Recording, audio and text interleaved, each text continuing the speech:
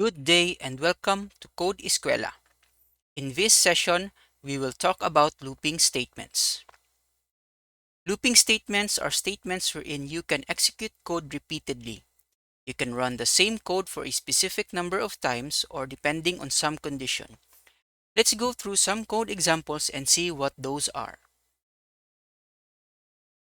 And so now we are here with looping statements. So we have our code here. And so with looping statements in C Sharp, we have four types of looping statements. So the first one is for loop. Okay. So let's go through our example here. So let's focus on line 14 to 18. Okay, let's uncomment this. Now, this one is the syntax for loop. So you start with the for keyword, yes, and then within the parentheses you have three parts. You have the initialization part, and then you have the condition, and then the incrementation, right? So some of these parts you can are not necessarily required, but this would be the most basic form of a for loop, right? So these three elements are needed for you to have a proper set of for loop. Okay. So inside the body of the for loop, which is enclosed in our curly braces, is your code. So this inside here is the code that you would actually want to run or execute a couple of times or repeatedly. Okay. So with for loop, you can have a fixed set of execution or number of times of execution. So we have here our simple console.write line, and then here we used string interpolation to uh, compose our string here. So here I did I plus 1. Okay, so this one is just an increment, but it won't change the value of I, because if you do, you could end up with a infinite loop or a loop that does not end. Okay, so let's try this one out. Let's run this for loop and see the result. Okay, it should come up now.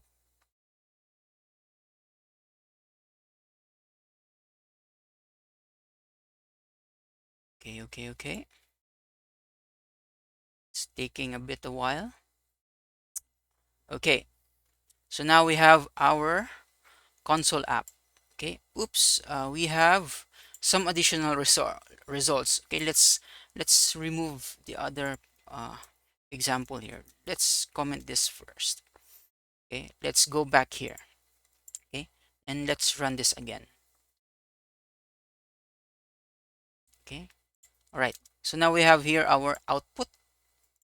So you notice that our console write line statement has been executed 5 times. So we have here sort of like a line number 1, 2, 3, 4, 5. So this section of code has been executed twice, okay, or run twice. Run 5 times. Okay, that is because for the initialization we have initialized a variable. So this would be sort of like a placeholder for us to track the number of times our code executes. Okay, and then inside here we have our condition. Now this condition part, it could vary, okay, depending on how many times you want to execute your code. Okay, but in this one it's quite simple, it's straightforward. If I is less than 5, so if this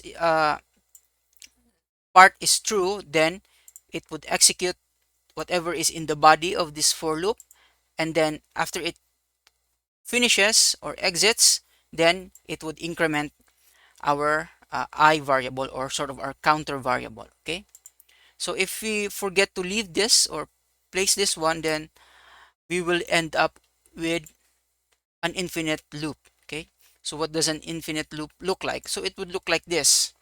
Okay, it goes on forever and forever until you stop the execution of this by just closing it, or bypassing, or you can press Ctrl C and then it would end. Okay, nevertheless it would just keep running. Okay, So you have to be careful of conditions would uh, that would turn you into an infinite loop. Okay, so this is your for loop. Okay, let's comment this out and let's move to the next type of loop statement or looping statement. So we have here while. Okay, so the idea with while is that uh, let's uncomment this first. Okay, so the syntax of while is you have this while keyword and then a parenthesis, and then inside the parenthesis is you set a condition or an expression that would execute into or result into a boolean value. Okay, and then you have this body uh, enclosed in a curly braces, and then your actual code. Okay, so now why I placed a comment here is that, of course, with while loops, much like with a for loop, you could also end up having infinite loop. So this one in our example, since we set this into a literal true or fixed value of true, then it would always be true, which means that, yeah, you end up in an infinite loop. So welcome to planet Earth, and yeah, it goes on forever. Okay, let's stop that. So now, uh, one thing you can do with loop is like you can also do with what you did with for loop.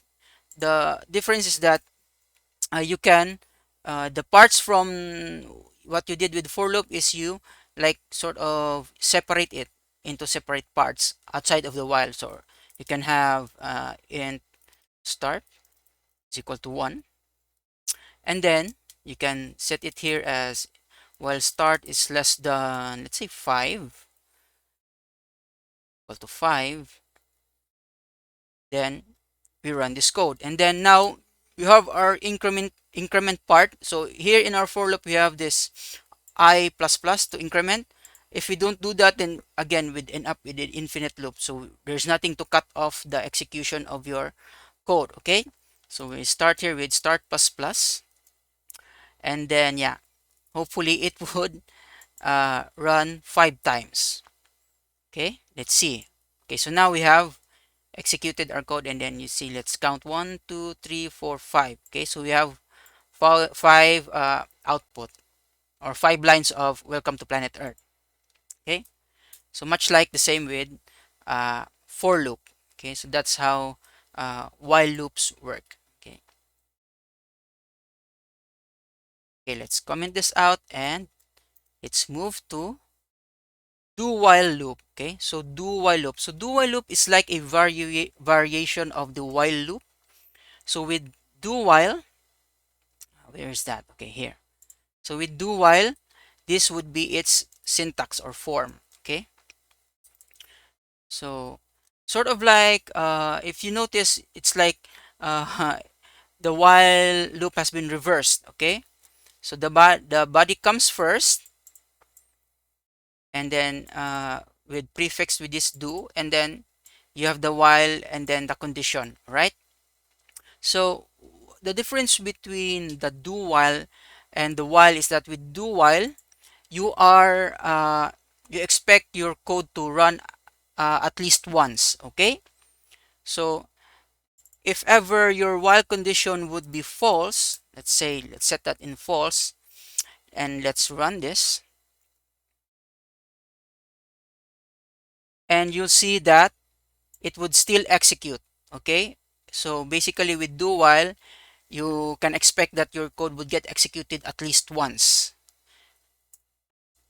And so yeah, there are certain cases where you want to use a do while. It depends on the logic of your uh, or it depends on the logic that you what you're trying to achieve. Okay, so this is what you can do with do while. Again, for you to prevent infinite loop, you can always do the same thing with what we did with the while loop, that we will have or define a variable for controlling the execution of our loop, and then let loop start is less than or equal to 5, then loop start, right?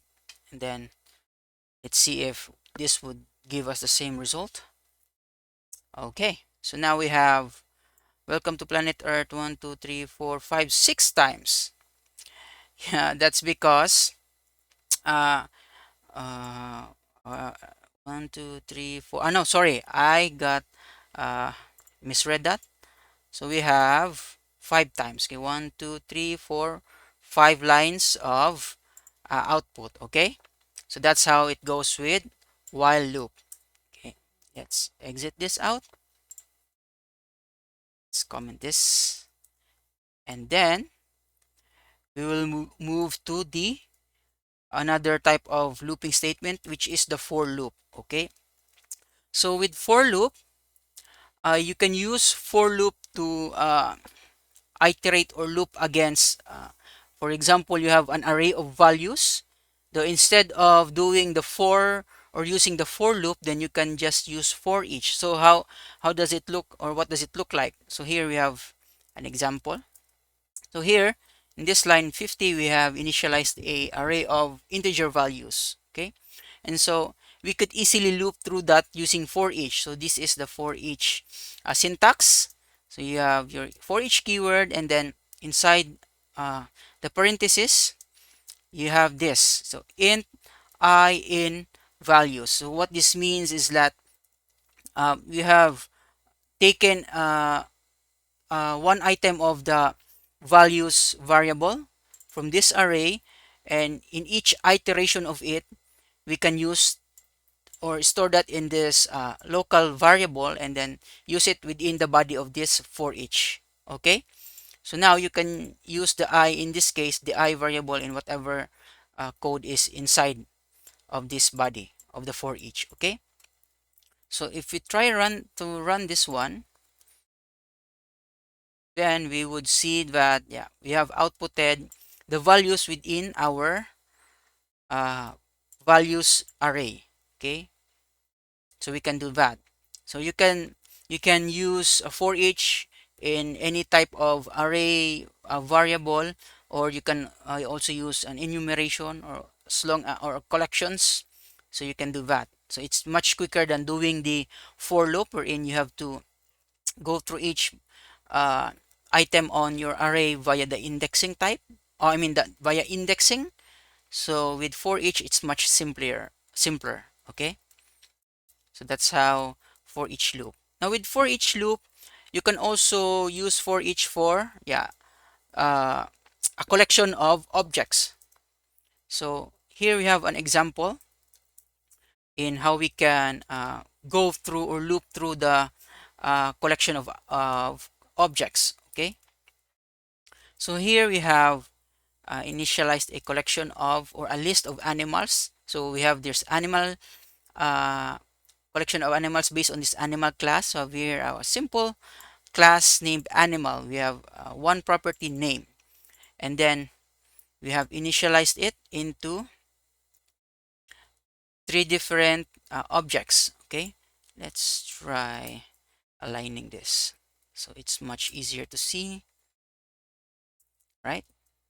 S- It's another line. Okay, so now you can see that our animals variable is or contains three objects of animal.